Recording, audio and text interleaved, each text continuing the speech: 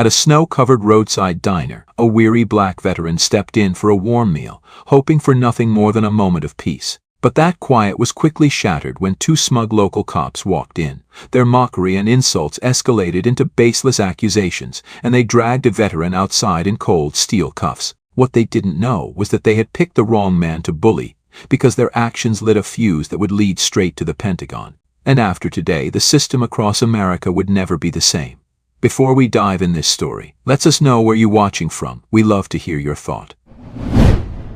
Snow had started to fall again in Green Ridge, the kind that came down slow and soft at first, like a lullaby whispered by the wind, before it thickened and blanketed everything with quiet authority. The town was still, small storefronts closed early with signs that read closed due to weather, and only a few cars rolled cautiously down the icy main road. It was the kind of night that drove people indoors, into warmth and routine. But for Darius Boone, there was no indoors to go home to. Not anymore. He walked with the heavy gait of a man who carried not just fatigue, but history. His coat, a faded olive military jacket, clung to his shoulders like the last honor he could afford to wear. The fabric was clean but old, frayed at the cuffs, one button missing from the front, and the U.S. Marine's patch near the chest was so worn it looked more like a scar than an emblem. His boots were cracked, laces mismatched, soles thin from years of wear. But he walked upright. Not defiantly, not pridefully, but with the practiced posture of someone trained never to let their body betray their weakness. Darius had counted every step from the overpass bridge where he'd taken shelter the night before to the glowing red neon sign ahead, North Star Diner. The S flickered weakly, a beacon barely holding on. From the frosted window he could see people inside sipping coffee, biting into steaming burgers, lost in the comfort of heating vents and clinking forks. He stopped at the door for a moment, not to catch his breath, but to remind himself how to be. Straighten the shoulders. Keep the voice low. Don't make sudden moves. Look people in the eye, but not too long. He brushed snow from his sleeves and stepped inside. A bell above the door jingled. It was a harmless sound, but the effect was immediate. Heads turned. Conversations stuttered. One woman pulled her purse closer. A man in a booth folded his arms and stared down at his food. Darius stood still, letting the warmth wash over him, the smell of grease and coffee saturating his senses. For a brief moment his eyes closed, not in prayer, just memory. Heat, dryness, Basra. Then he opened them and walked calmly toward the counter, choosing the stool nearest the exit and farthest from the other patrons. Just passing through, he said quietly, to no one in particular. His voice was deep, but careful, as if each word had to be weighed before spoken. Just looking for a hot meal. June Rowe noticed him immediately. At 22, she had a kind of young tiredness about her shoulders, a little too tight for someone her age, eyes that had already learned how to mask discomfort with a smile. She'd worked this diner for 2 years. Every shift she could take to help pay rent, and put her younger brother through the police academy.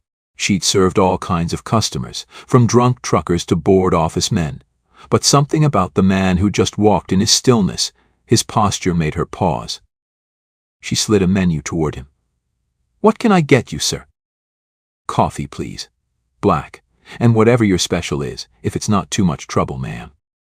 He said ma'am, not darlin' or sweetheart like the regulars did. June blinked, caught off guard. "Meatloaf and mash with green beans and a biscuit." "That sounds perfect. Thank you." From the far booth, officers Coyle and Reed were already watching. Tuesday nights were theirs, the booth by the window, the bottomless mugs, the barely concealed disdain. Coyle nudged Reed and whispered something with a smirk. June pretended not to hear it, but she felt the cold creep up her neck all the same. She returned with a coffee, careful not to spill a drop. Darius nodded in appreciation, hands wrapped around the warm ceramic like it was a fire in the cold. The silence in the diner had thinned but not left completely. Whispers had returned. Forks clinked again. But the air still held that undercurrent, like everyone was waiting for something to go wrong. That's when the first crack came. Coyle leaned back in his booth and spoke just loud enough. "Dumpster diving doesn't count as dining out, right?" Reed laughed into his cup. "Better count the silverware, June." June's hand tightened on the coffee pot, but she didn't look back. Darius didn't flinch either. He just sipped. Reed continued, louder now. And check the bathroom after he leaves. Bums like that always shoot up the second they get warm. Still, Darius said nothing. The only sign that he'd heard them was a slight narrowing of his eyes. June glanced back at him. His face was unreadable. Not angry, not embarrassed, just contained. She slipped into the kitchen to place his order. Her hands shook as she did it. She wasn't sure what made her more nervous, the cruelty from the booth or the calm from the man at the counter. Outside, the snow continued to fall, but inside the North Star Diner something had shifted. A fracture had opened, small but irreversible. And none of them knew yet what it would expose. The next morning broke gray and windless. Snow still clung to the eaves of Greenridge like ash, unmoving, quiet. The town remained unaware of what had stirred the night before, just another Tuesday. Just another strange face moving on. But June Rowe couldn't forget. She hadn't slept. Not because of fear, but because of that man's voice.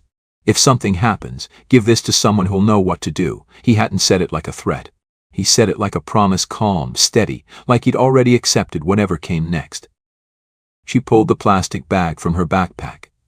Inside, wrapped in a napkin from the diner, was the small square of hardened metal Darius had slipped her. Not just any dog tag, this one had a built-in chip port, like a classified military ID. On the back was etched one name, Boone, Darius A. Beneath that, a code, and something that looked like a symbol, eagle wings wrapped around a sword. Not Marine Corps standard, definitely not. June sat at her tiny kitchen table, her fingers frozen over the keyboard of her old laptop. She'd been staring at a search window for over 20 minutes. What was she supposed to even look up? Who do you call when someone hands you a piece of the government and says, "Trust me"? She typed slowly, "Pentagon operator line." It felt ridiculous. The official website came up. She stared at it. No one's going to believe you. You're just a waitress with a camera and a bad habit of getting involved. But then she remembered his eyes.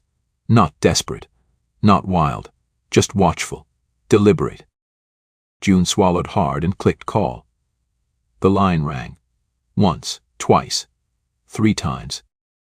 Then, Department of Defense, operator speaking. "How may I direct your call?" She blinked. Her throat felt tight.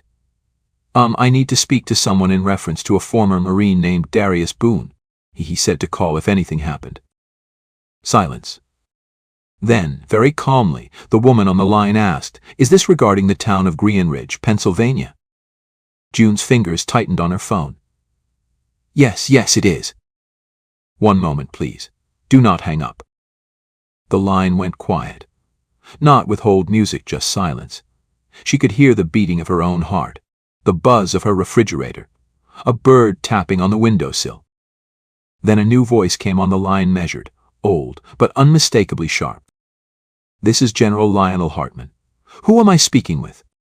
June sat straighter without realizing it. "My name is June Rowe. I work at the North Star Diner. I witnessed something last night. 2 local officers harassed a man named Darius Boone. He gave me his ID. Told me if he was taken I should call this number. He said you'd know." There was a pause, but not an uncertain one. When Hartman spoke again, his voice had shifted, leaner, colder, all business.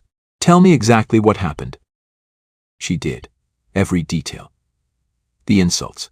The way they grabbed him. The tag hitting the ground. How Darius didn't fight back. How they cuffed him outside. How no one intervened. And how she found the tag in the snow, still warm from his neck. By the time she finished, the general's voice was taut. "Miss Rowe, you did the right thing. My aide will text you a secure drop link. Upload everything you recorded, including that tag's serial number." June's fingers were already trembling, reaching for her phone. "Do not speak of this to anyone else. I want you to go home, stay put, and wait. That man saved my life once. I intend to return the favor." Before she could reply, the line went dead, and in that silence, June realized 2 things. 1, the man from the diner wasn't just anyone. And 2, whatever she had stepped into, it had only just begun. Far away in a paneled office in D.C., General Hartman stood before a shelf lined with awards and photos. One frame, slightly dusty, showed a younger Hartman in desert fatigues, arms slung around a leaner, younger man in mirrored glasses. Boone. It had been 20 years, but his memory was sharp. Basra. The ambush. The fire. Boone dragging him through smoke when the others had fled. Hartman had owed his career, maybe his life, to that soldier. He turned to his secure line and began making calls. To the Office of Inspector General. To Doty Internal Affairs. To someone at Homeland with an owed favor. His voice was low, curt. "There's a veteran being held illegally in Greenridge. I want eyes on that station in under an hour. And make sure they know this isn't a request. Boone is active priority." And just like that, the gears of government, normally slow, clogged by procedure, began to turn. By the time the sun had risen fully over Greenridge, the snow on the sidewalks had begun to melt, but something colder had taken root beneath it. A silence in the station, a hush in the town. And as a black SUV turned off the highway, heading into the sleepy main street, the first wind of a long overdue reckoning began to blow. The SUV rolled through Greenridge like it didn't belong, because it didn't. Dark windows. No insignias. Tires whispering over slush-slick streets. It parked without ceremony in front of the police station, a squat brick building that hadn't changed since the 80s.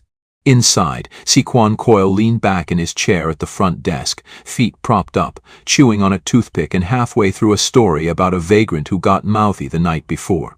His grin froze the second the two agents stepped through the door. They weren't in uniform, but they didn't have to be. Everything about them, posture, eyes, clipped speech, spoke of federal weight. The taller of the two, a woman with slate-gray eyes, held up a badge. Special Agent Kearney, Department of Defense Internal Oversight. "This is Agent Locke. We're here regarding one Darius Boone. We have clearance to assume custody." Coyle blinked, then tried to smile. I believe he's still in holding." "Is this about the incident last night?" "It's about a decorated war veteran being detained without cause," Locke said flatly. "Bring him out." Out. Darius heard them before he saw them, footsteps sharper than local boots, voices clipped, formal. When the cell door opened, he didn't move at first. Just lifted his head slowly, eyes steady. "Didn't think it'd be this fast," he said quietly. Kearney offered a tight nod. "You've got friends in high places, Mr. Boone." He rose, slow but deliberate. No limp, no flinch, only the bruising near his ribs hinted at what had happened when no cameras were rolling. Locke handed over a thick manila folder. "Your charges have been dropped. You're free to go." "Wasn't supposed to be locked up in the first place," Darius muttered. But he nodded and stepped out. As they passed the front desk, Coyle tried to play it cool, but his jaw clenched when Boone looked him in the eye. "Truth doesn't need force to stand," Darius said evenly. "Only cowards need silence." Agent Locke didn't hide his glare as he followed them out. "Expect a federal audit, officer. And maybe dust off your Fourth Amendment handbook." The SUV door shut behind Boone with a soft click. No celebration, no relief, only the first breath of oxygen after hours underwater. Across town, June sat in her tiny apartment, eyes darting to the phone every few seconds. When it finally rang, she answered on the first buzz. "He's out," said a voice calm, sure. "Thank you, Miss Rowe." She exhaled sharply, the breath trembling. "Is he okay?" "He is. Because of you." There was a pause. Then, "He'd like to meet someone. A friend of mine. Someone who can help." June didn't hesitate. "Where and when?" That same afternoon, in a booth at a diner 3 towns over, June slid into the seat across from Clara Nogo. Mid-30s, blazer still crisp after a long drive, laptop bag at her side, eyes like steel behind wireframe glasses. "I'm told you recorded everything," Clara said by way of greeting. "And you believe him?" June asked before she could stop herself. "Boone?" Clara's mouth twitched slightly, almost a smile. "I don't need to believe. I've already verified his military record. 3 deployments. Honorable discharge. Silver Star. 2 Purple Hearts. And that's just the declassified part." June pulled the phone from her coat pocket. "I've got the original video and something else." She slid a small thumb drive across the table. "Security footage from the diner. A friend of mine works the system. I made a copy." Clara picked it up with gloved fingers. That was smart. Always make 2 copies. Never store it on your main device. June leaned in, voice lower. "I keep thinking about what could have happened if I hadn't called. If they'd had him all night, no one watching. That's why people like us have to keep watching, Clara said simply. The two women left the diner an hour later, now allies. Back in Greenridge, Boone sat with Agent Kearney on a bench outside the shelter. She handed him a sealed envelope. From Hartman. Said you'd know what to do next. Inside was a name, a contractor, a town, a pattern. Boone read it, sighed once, and folded it back into the envelope. They're not just messing with me, he said. They're doing this everywhere. Kearney nodded. That's why Clara's here. To start pulling the threads. And when the whole thing unravels, Boone asked. Then we see who's left standing, she replied. The air was colder now, sharper. Boone looked up at the sky. No snow this time, just pale gray clouds rolling fast. They're gonna push back harder, he said quietly. Then we push smarter, Kearney replied. Later that night, Clara sat cross-legged on a motel bed covered in files, her laptop humming softly beside her. Boone sat in the armchair by the window, watching headlights blur past. I need everything you remember, she said without looking up. Not just what happened last night. Everything. What brought you here. Why you're still here. Darius didn't speak for a while. When he finally did, his voice was low and without bitterness. Sarah died 4 years ago. Pancreatic cancer. The Virginia lost her case file twice. By the time they found it again, the treatment window had passed. I lost the house 2 months later. Some hedge fund bought my mortgage. The rate tripled overnight. Clara nodded silently, typing.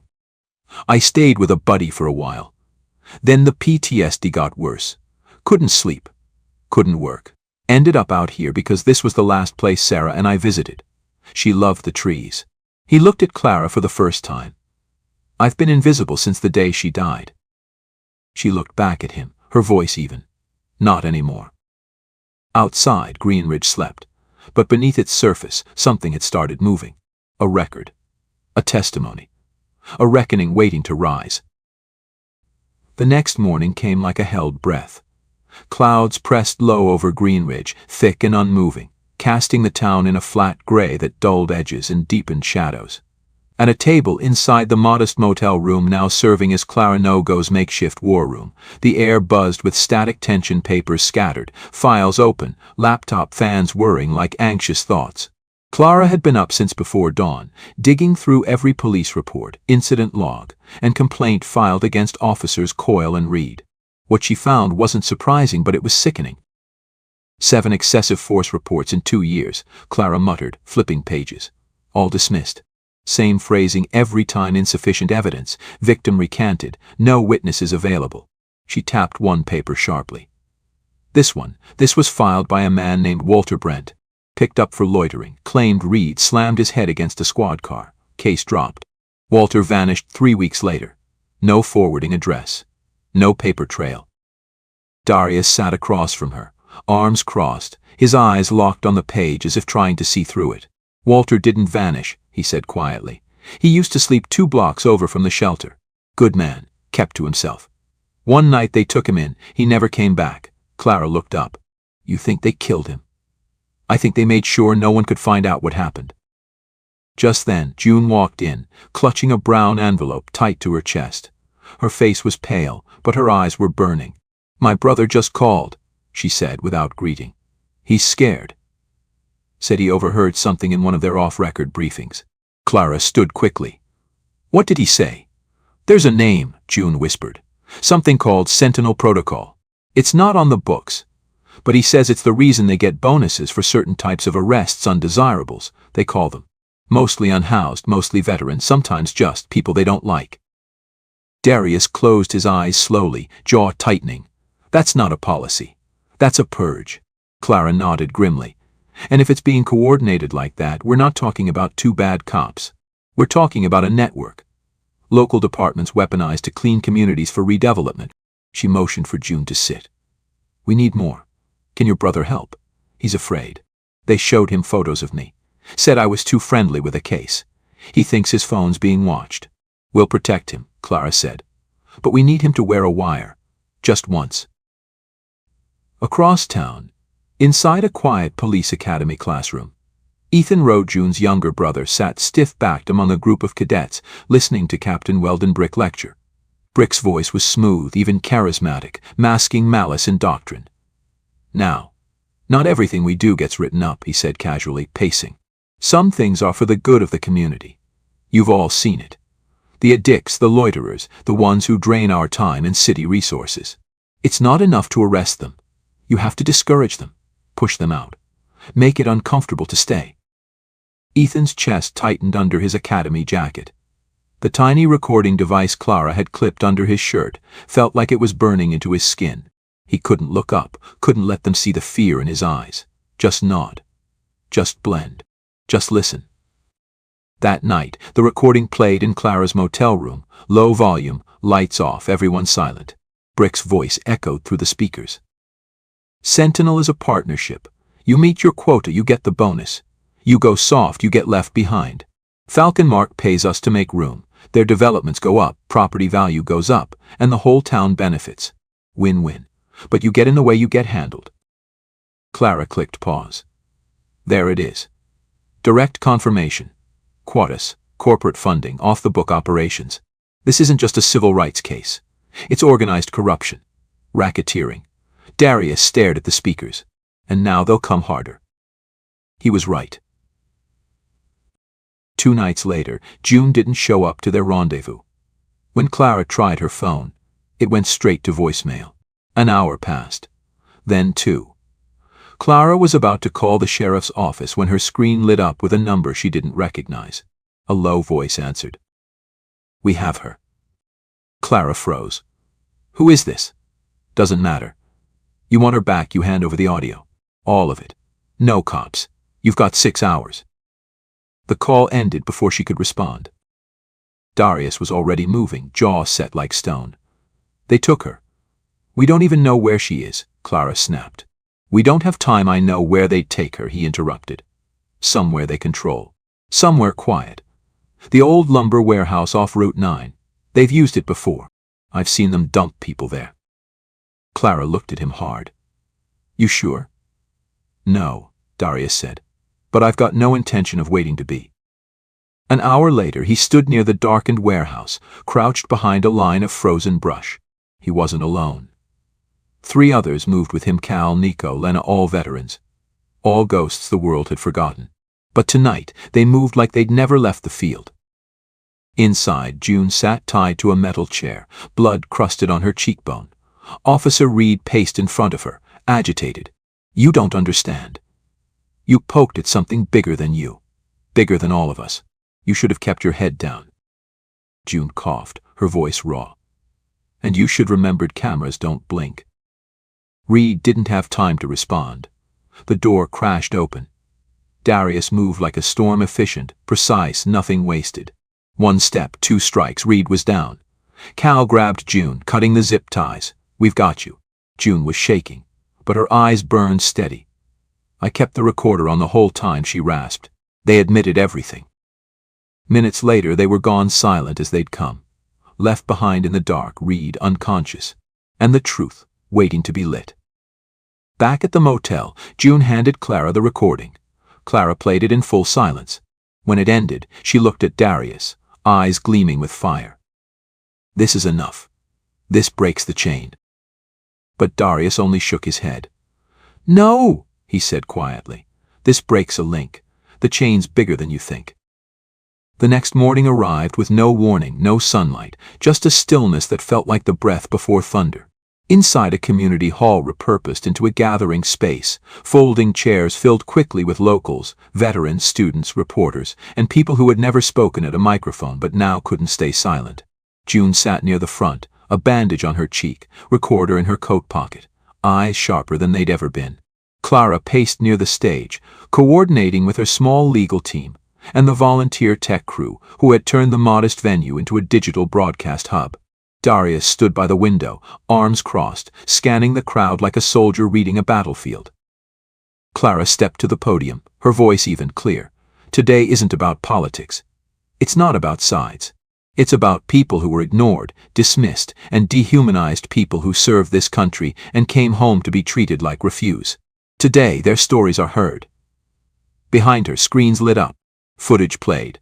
Bodicam clips never entered into evidence, audio from the warehouse, training sessions where Captain Brick outlined Sentinel quotas, and payments tracked directly from Falcon Mark to the police department. The audience didn't blink. They watched. They listened. The truth hit like a wave, silent at first, then roaring. One by one, survivors stood and spoke. A woman in her 60s who lost her brother when he was relocated in winter. A young man who had been arrested for sleeping in his car while waiting for a housing voucher. A veteran who broke down trying to say the names of others who hadn't made it. Then June stepped up. She didn't need notes. Her voice wavered only once. I never thought filming someone being humiliated would lead to this. I thought I'd just delete the video, forget it, keep my job.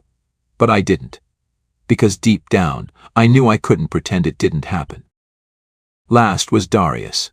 He walked to the microphone slowly, his footsteps deliberate, steady. His jacket was gone, replaced by a clean dark coat over a gray shirt, but the lines on his face remained. I didn't come here to be a symbol, he said. I didn't ask to be rescued or remembered. I just wanted to eat my dinner in peace. I wanted the country I served to live up to the values it printed on paper. You don't owe me thanks. You owe people like June your attention. You owe men like Walter Brent your outrage. And you owe yourselves the truth, no matter how ugly it is. He paused. Then quietly, the war didn't break me. Coming home did. The room stood in silence, not awkward but sacred. The kind of silence that meant something was ending, or something was beginning. Cross town, at the police department, Captain Brick watched the live broadcast from his office. Sweat gathered at his collar. Officers whispered in the hallway. His phone rang again, no caller ID. He didn't answer. He knew what was coming. Later that evening, a convoy of unmarked federal vehicles arrived. Department of Justice officials entered the building with warrants. Captain Brick was arrested without fanfare. Officer Reed had already turned witness in exchange for immunity. Files were seized. Emails traced. Body cams reviewed. The Sentinel network, once whispered, now collapsed in broad daylight. Falcon Mark's headquarters in Baltimore issued a statement denying all involvement hours before federal agents raided their offices. Back in Greenridge, change moved fast. A civilian oversight board was formed. Lawsuits began. But more than that, people started showing up to shelters, to meetings, to volunteer shifts. Veterans who once kept their heads down now stood at food lines with pride, helping others instead of hiding. Darius received letters. Dozens at first. Then hundreds. Stories. Thanks. Apologies. Some he answered. Most he kept. Clara offered him a formal role in her new legal initiative, Vigilance Alliance, a national watchdog for abuses against the unhoused and underserved. He declined gently. That fight belongs to you, he said. Mine's closer to the ground. June opened a non-profit cafe 3 blocks from the diner that started it all. She named it the Second Plate. All proceeds went to housing assistance. She hired only veterans and displaced workers.